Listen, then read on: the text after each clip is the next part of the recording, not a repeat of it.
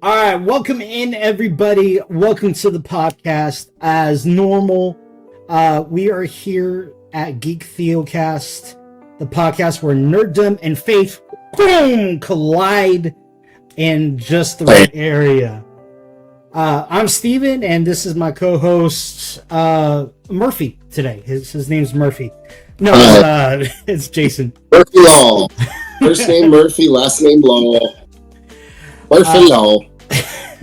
Today we're going to be diving into a Christmas classic that I grew up on. I love this classic. It's called A Year Without a Santa Claus. But we're not just talking about the movie itself. No, today we're going to be talking about the songs and the spiritual lessons that are hidden within them. Before we jump in, don't forget to like, follow, and subscribe to the Geek TheoCast wherever you listen to podcasts or watch our videos. Your support helps us keep the conversation going. So guys, today, grab your cocoa, put on your ugliest and most uncomfortable sweater, as well as some good old sardine and mackerel cookies, and let's dive in. Why would anybody want sardine and mackerel cookies? I'm just getting lost. I have no idea. The Year Without a Santa Claus first aired in 1974, and it's become a holiday staple for so many families. The story is simple yet profound. Santa feels underappreciated and decides to take a year off. Meanwhile, Mrs. Claus and two elves, Jingle and Jangle, set out to prove the Christmas spirit is alive and well. The songs in this special are what really bring it to life. You have each one tells its own little story and conveys deeper themes, whether it's the heartbreak of being forgotten or the joy of reconciliation. There's something for everyone. All right, so let's go ahead and break it down. First, we've got the Miser Brothers and their two unforgettable anthems, Heat Miser and Snow Miser. Jason. All right, quick question. Yes. If you had to pick one, would you rather be the Heat Miser or the Snow Miser? Oh, Snow Miser. Any day of the week. And why is that?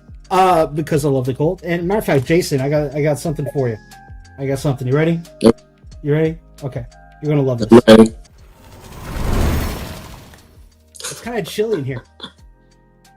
Oh, that's awesome. It's nice and chilly. But no, Snow Miser is like hands down my favorite song. Yeah. Song-wise, I liked his better. Oh yeah. But I don't know. Living in Texas, I feel like the Heat Miser lives across the street. You know, lives in the area, lives in the neighborhood. No, you're probably right on that. Speaking of that, this is kind of a rabbit trail, but I've watched this Christmas special last night. Jason just watched it earlier today. I did. Do you know how hard that is to watch? You have to rent it. I'm sorry, but I'm not paying $4 just to rent a movie. I did send you the video. No, I know, and that's how I watched it.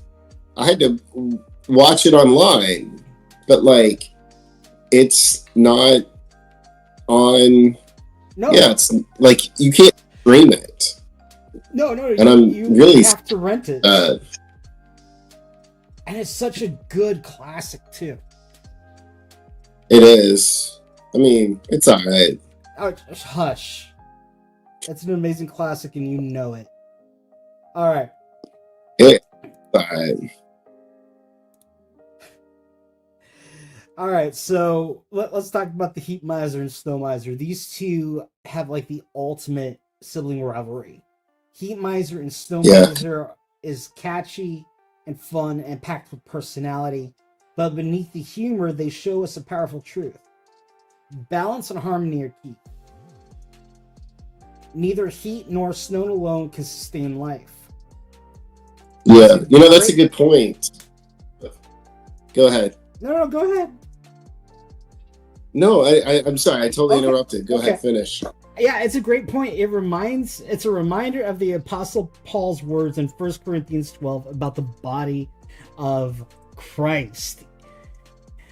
Each part, or in this case, each climate has its role to play. We need both to survive.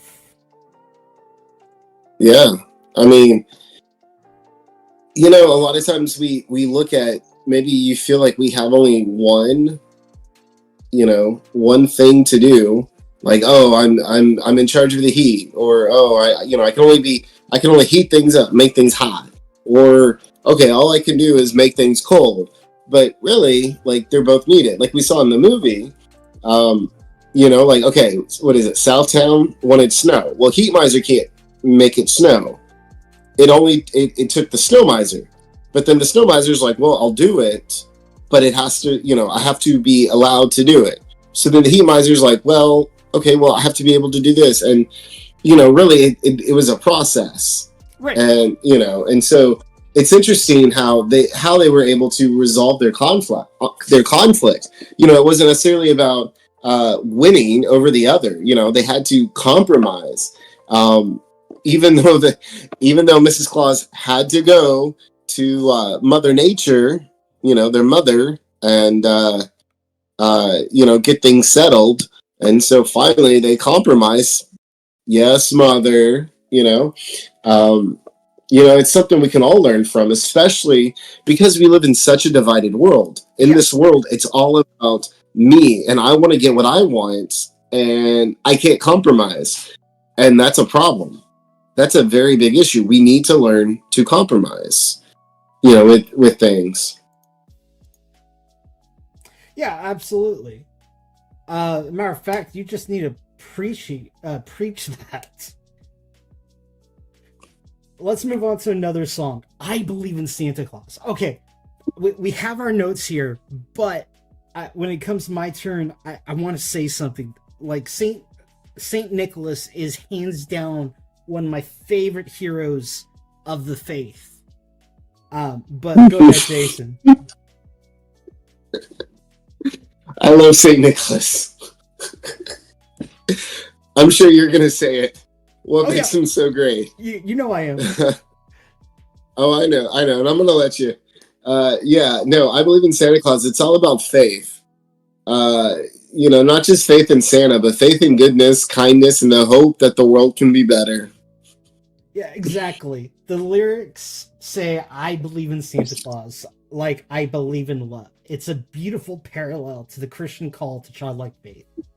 Jesus himself said in Matthew 18:3 that unless we become little children, we won't enter the kingdom of heaven. There's a purity in believing in Santa, in love, in God that's worth celebrating.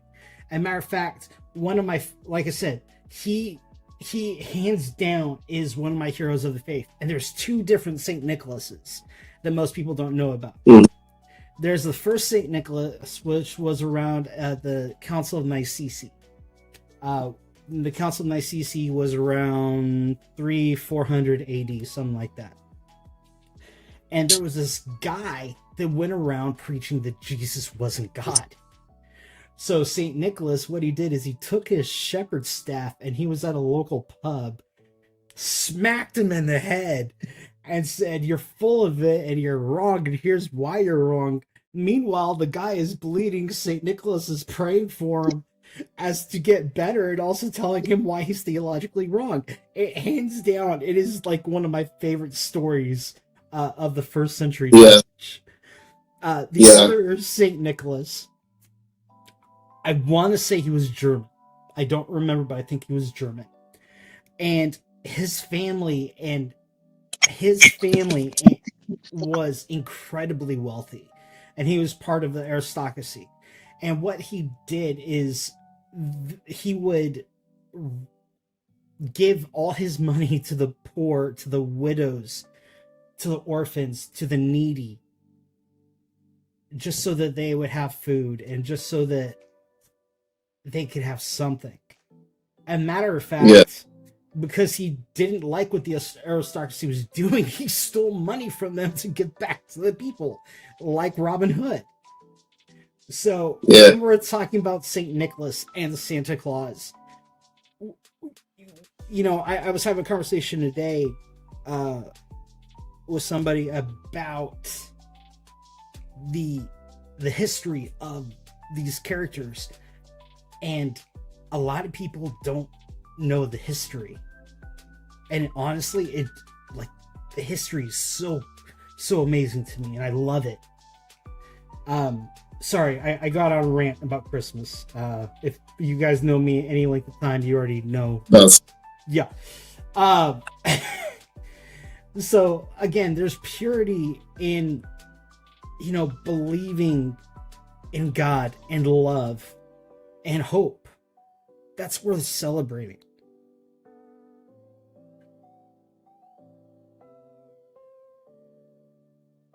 Yeah. Going back to this, in the context of the story, the song, I believe in Santa Claus, it really is the turning point of the movie. It's when the characters begin to realize that their belief in Santa is also a belief in something bigger than themselves. Yeah. Amen to that. Let's take, so what the next part we're going to be talking about is we'll discuss a blue Christmas and anyone can be Santa, followed by our challenge. But before we go into that, guys, I'm going to do a little short commercial here. Okay, get ready for this. We have new merch. Yes, new merch. Jason, have you seen the merch? You tell more. Have you seen the new merch yet? I actually have not. Oh, okay. But let's go to Geek TheoCast.com /fourth wall. It's loading. Yeah. My computer hasn't had a good night, so it may take a minute. Oh, nope. There we go.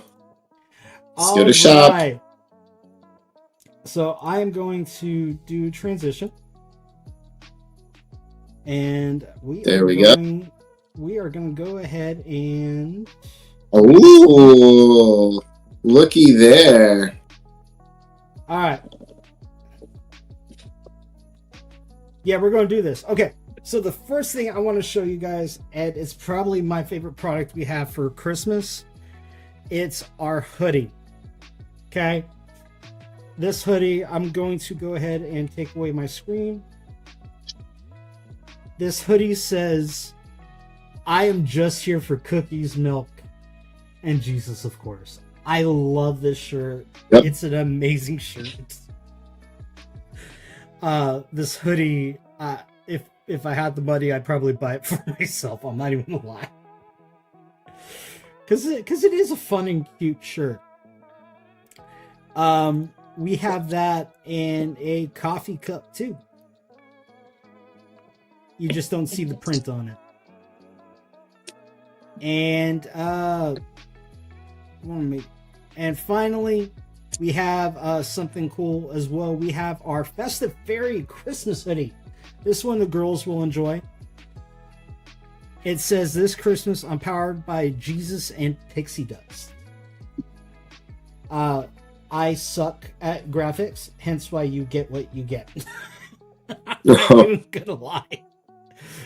I probably spend about 3 hours doing this graphic. I know it's horrible. Please forgive me. Hey, but it's good. It's good. I do enjoy it. I think it looks decently cute. I think this would be a great Christmas gift for anybody that wants it. And amazingly, Jason, look at this. We have that in a Geeky Christmas cup mug. Great for your local coffee drinkers.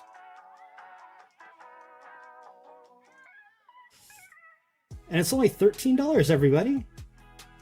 That's pretty good. Yeah, pretty good. All right.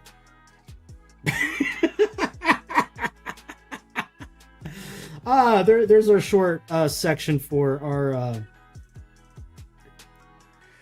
our promo. Because I don't know what else to call that. No, you can self-promo, no shame. Yeah, I mean, we can still promo all we want. It doesn't matter. Okay, moving on. Let's go ahead and Plug for merch. yeah. Hey, we're podcast. Guys, we are a self-funded podcast, so we love you guys. We want you to enjoy our merch. Speaking of merch, we also have our lovely hats and our mugs available still.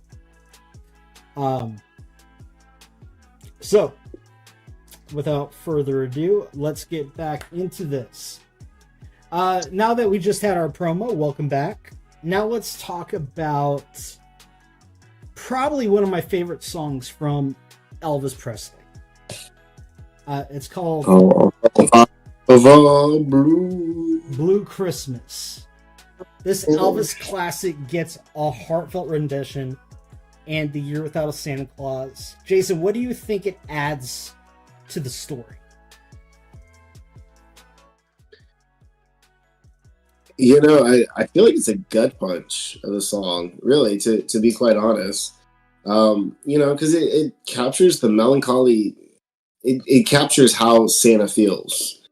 You know, it's not just about sadness, but just about a longing, you know, a connection. Which, I mean, if you think about it, you know, Santa's just kind of got the elves, he's got Mrs. Claus, and like that's it. Yeah. And I feel like in the story, like that's part of the problem. There's not a lot going on for him. I like that in the movie he finally gets out. You know, he's going out and like he finally went out and interacted with people. He needs that. But, you know, when he's just, I don't know, in that part, he's very melancholy, if you ask me. Yeah, that's definitely true. It isn't, and isn't that like kind of what Advent is all about? Longing for the arrival of Jesus, for the restoration of relationships, and for peace on earth. Blue Christmas might seem like a secular song, but it taps into a deeply spiritual yearning for our Creator. Yeah, preach it. My turn. Preach it. It really is a reminder that you know, even in our lowest moments, you know, there really is hope. There's always hope. Santa's sadness isn't the end of the story; it's the beginning of the transformation. Even within us, you know, when I find it interesting, I love the fact that even as humans, like at our lowest moments, we just cry out to the Lord, and He hears us, and He answers us, and He gives us that hope. He gives us that connection. You know, He lifts us up out of the miry clay, so to speak. When we feel like there's nowhere to go, we feel like we've hit rock bottom, the Lord's like, actually, I'm still here, and He takes care of us. Yeah. It's awesome. For a second there, I thought you were going to start singing, and I know my Redeemer lives, but He lifted me stop. the mud. Oh my gosh, my ears. All right. At my feet, the rock, and now I know. Early 2000s worship. Get some Hillsong, darling. Oh, okay. Let's talk about another powerful song in this movie. And it's Anyone Can Be Santa. All right. This one hits close to home for me, like in multiple ways. It's a powerful anthem about how the spirit of Santa, of generosity, kindness, and joy lives in all of us.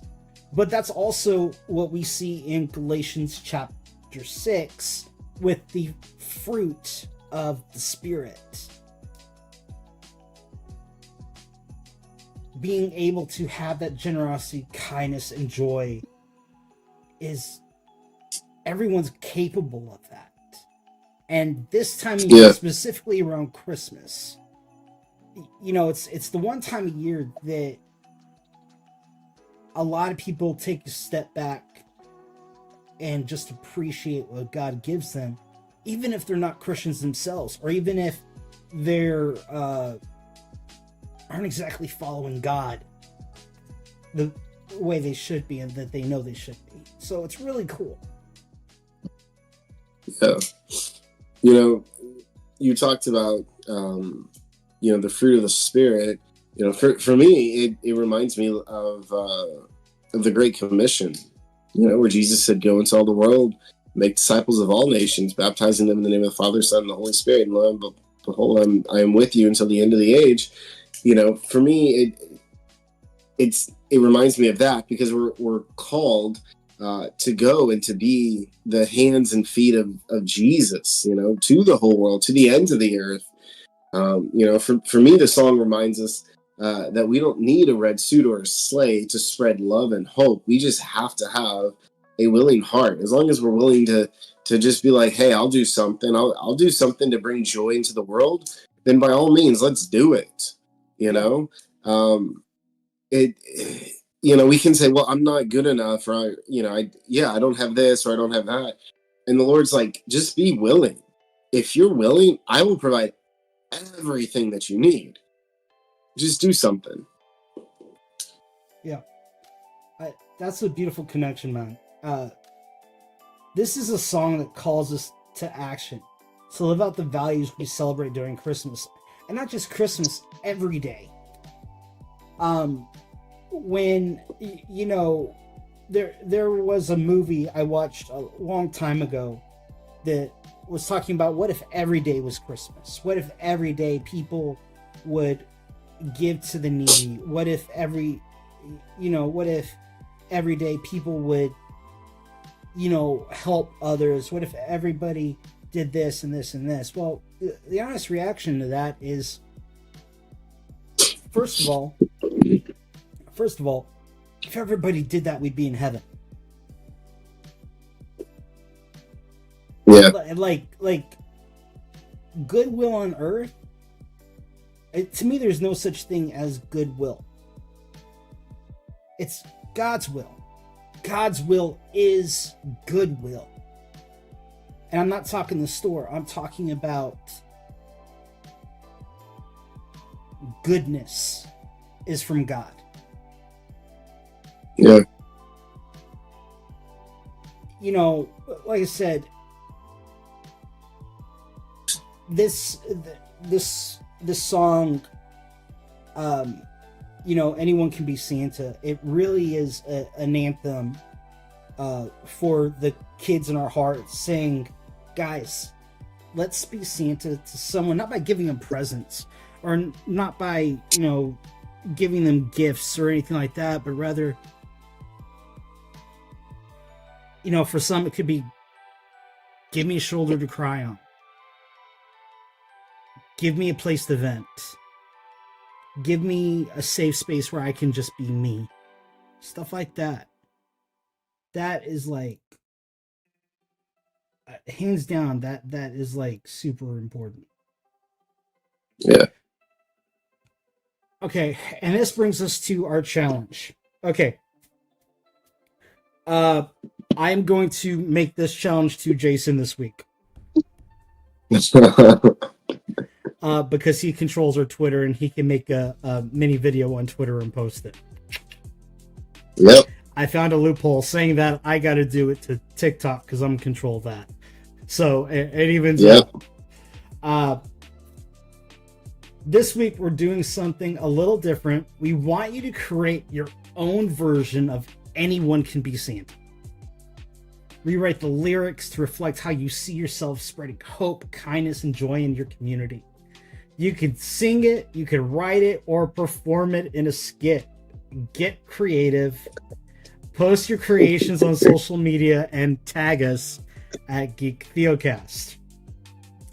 Next week we'll feature our favorite in next week's episode, even if it's just me and him being stupid. Yep. But you know, you got to throw a twist out there. Oh yeah. You know, along with your version, you know, we're gonna ask you to take action. You know, we want to have fun with this, but we still got to have the serious side.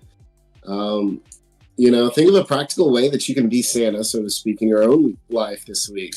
Maybe it's donating to a food pantry, helping a neighbor in need, or just writing a heartfelt letter that someone could use for encouragement. You know, even especially this time of the year, everyone can use encouragement. Yeah. Like that's something special. And you know, once you've done that, share it with us. Again, you know, we want to have fun with this. Tag us, send it to us, but you know, share it with us. Post your creative entry, whether it's a song, a poem, a short video, whatever. Tell us about the impact that you made. Again, tag us at Geek TheoCast and use the hashtag Geek Theo Challenge. Let's see it. Yeah. Again, we'll feature some of your submissions on next week's episode.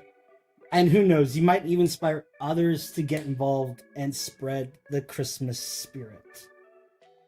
Yeah, so let's see how you can embody this message that anyone can be Santa. And we can't wait to hear and see what you come up with. Even though for me, you might not want to hear it, you'll just see it. Because you don't, as you know, you don't want to hear me sing. You know what? If you had Mawashi, I would find it so funny if you did the skit. Sorry, no Mawashi for me. Yeah, I know. All right, guys. Anyway. That's all for us today. Thanks for joining us as we explored the songs of the year without Santa Claus. Until next time, keep it nerdy, keep it classy, keep it Christmassy, and Merry Christmas. And last but not Merry least, Christmas. Excelsior. Thanks for what you do, people. Share it, like us, subscribe, tell your friends about us, buy our merch, and yeah, have a great and wonderful week. And as always, if there's anything at all that you need, let us know. All right, have a good week, and we'll see you next time. All right.